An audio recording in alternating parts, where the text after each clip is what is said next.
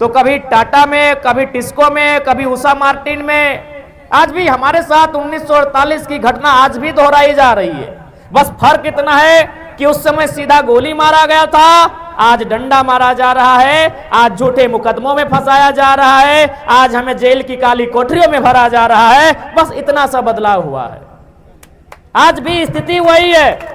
उस समय गोलीकांड में शामिल थी उड़ीसा की मिलिट्री फोर्स यानी उड़ीसा की सरकार, और आज की गोलीकांड में शामिल है ये उद्योग घराने, आज ये कंपनी शामिल है आज की गोलीकांड में। हम तो कोल्हान आए हुए थे श्रद्धांजलि देने के लिए, लेकिन कल शाम से लेकर अभी तक लगभग हमें 1 दर्जन आवेदन मिला है, 1 दर्जन शिकायत हमें मिला है। उन शिकायतों में क्या लिखा है कि नवा मुंडी में किसी ने हमारे जमीन पर पाइपलाइन बिछा दिया है, किसी ने हमारी जमीन पर कारखाना बढ़ा दिया है, लेकिन हमें आज तक मुआवजा नहीं मिला है। खरसवां का गोलीकांड वही था, जमीन बचाने की लड़ाई थी। आखिर खरसवां का गोलीकांड क्या था?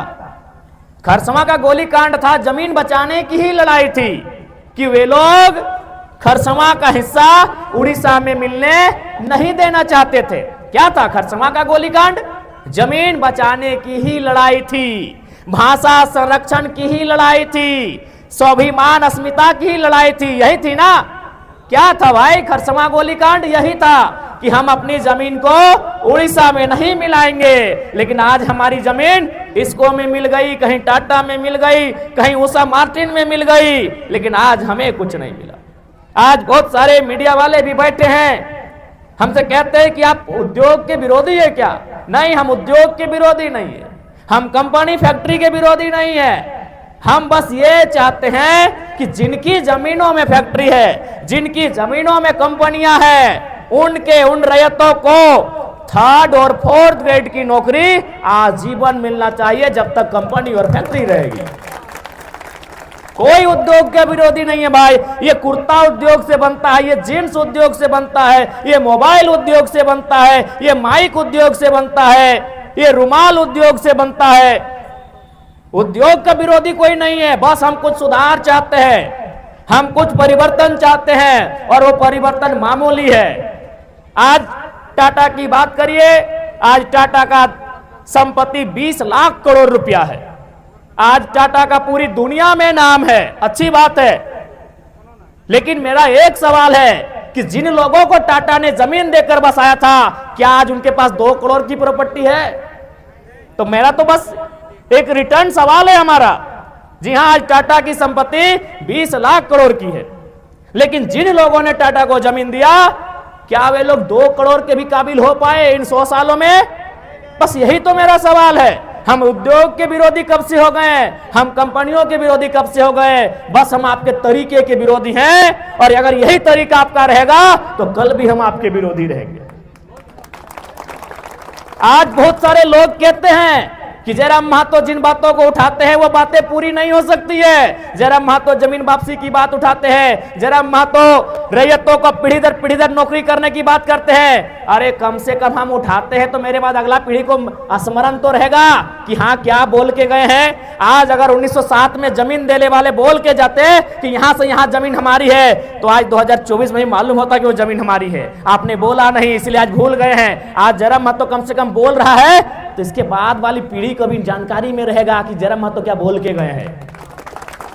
लड़ाई चलती रहेगी। आज लड़ाई हम कई वर्षों से लड़ रहे हैं, कई दशकों से लड़ रहे हैं, हमें लगता है सैकड़ों 100 सालों से लड़ रहे हैं, लेकिन लड़ाई लड़ रहे कि नहीं, चूंकि हमें मालूम है। तो ठीक उसी प्रकार आज अगर जयराम महतो इन मुद्दों को उठा रहा है, अरे आज पूरा हो या ना हो, आने वाली पीढ़ी भी इन मुद्दों को उठाएगी। आज अगर हम ना बोले, आज अगर हम गूंगे हो जाए, तो आने वाली पीढ़ी को आइडिया ही नहीं रहेगा। ठीक है, हम मानते हैं कि जिन विषय को मैं उठा रहा हूं सदन में, जमीन वापसी का मुद्दा, रैयतों को 3rd और 4th ग्रेड में आरक्षण का मुद्दा, ठीक है, हो या ना हो ये सदन का मामला है, लेकिन कम से कम आपके जहन में तो है, आपकी जानकारी में तो है, और आपको भी ये तो तर्क संगत तो लगता है कि हाँ ऐसा होना चाहिए। मेरे बाद कोई और उठाएगा, लेकिन आज अगर जयराम महतो ना बोले तो मेरे बाद कौन बोलेगा फिर? इसलिए मैं जो विषय उठाता हूं, भले वो टेढ़ी खीर हो, भले वो असंभव दिखता हो, लेकिन हमें उस विषय में बढ़ना चाहिए, हमें उस दिशा में आगे बढ़ना चाहिए। बस हमारी यही तो फरियाद है। आज बताइए हम क्या विषय उठाते हैं। आज देखिए एक भाई आके बताए कि सीओ प्रति डिसमिल 1000 रुपए मांग रहा है। हम जमीन की लड़ाई तो आज भी लड़ रहे हैं। सरायकेला गोलीकांड की कहानी हमारे साथ आज भी दोहराई जा रही है।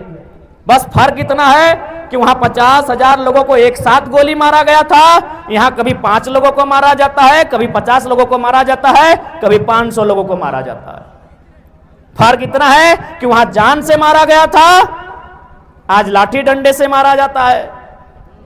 फर्क यह है कि वहां मिलिट्री से मारा गया था, यहां झारखंड पुलिस से मारा जाता है, कभी सीआईएसएफ कभी सीआरपीएफ के बहाने हमें मारा जाता है। बस यही फर्क है कि इस बार हमारे जान नहीं लिया जाता है, हमारी जान को बख्श दिया जाता है, बदले में हमें कानून के कुछ दांवपेच में उलझा के रख दिया जाता है, हमें डरा धमका के रख दिया जाता है और हम पीछे हट जाते हैं। इसलिए आज हमें लगता है झारखंड की जनमानस को एक पुनः उलगुलान की आवश्यकता है। आज देखिए अभी स्टूडेंट वो 15 सालों से 10 सालों से किसी एग्जाम की तैयारी करते हैं। जब उनको लगता है कि नहीं हमारे साथ धोखा हुआ है, वो कभी सड़क जाम कर देते हैं, कभी आगजनी जैसी घटनाओं को अंजाम देने से पीछे नहीं हटते हैं, तो बहुत सारे और घटनाओं को अंजाम दे देते हैं, जबकि वो नौकरी की तैयारी 10 साल से करते हैं ना। यानी जो युवा जो स्टूडेंट 10 साल से नौकरी की तैयारी कर रहे हैं, उनके अंदर इतना गुस्सा है, तो ये जमीन बनाने में हमें कई पीढ़ी लगी है, हमारा गुस्सा कितना होना चाहिए। अरे भाई, जबकि वो नौकरी उनकी गारंटी नहीं है। कोई युवा जो आज तैयारी कर रहा है, अच्छी बात है, वो स्टूडेंट है, वो पार्टिसिपेट किया है, लेकिन क्या वो गारंटी है कि वो नौकरी उसको मिलेगी? लेकिन वो जमीन हमारी गारंटी है, तो हमारा गुस्सा कितना होना चाहिए।